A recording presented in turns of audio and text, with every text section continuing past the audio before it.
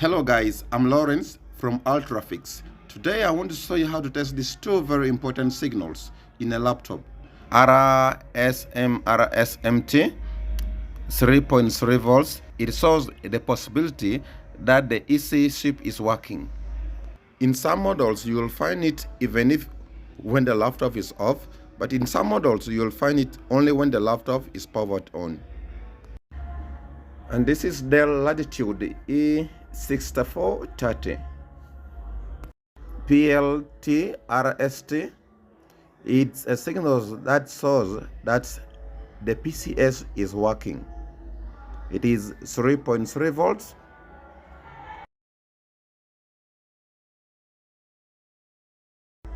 Thanks for watching. Like and subscribe to my channel.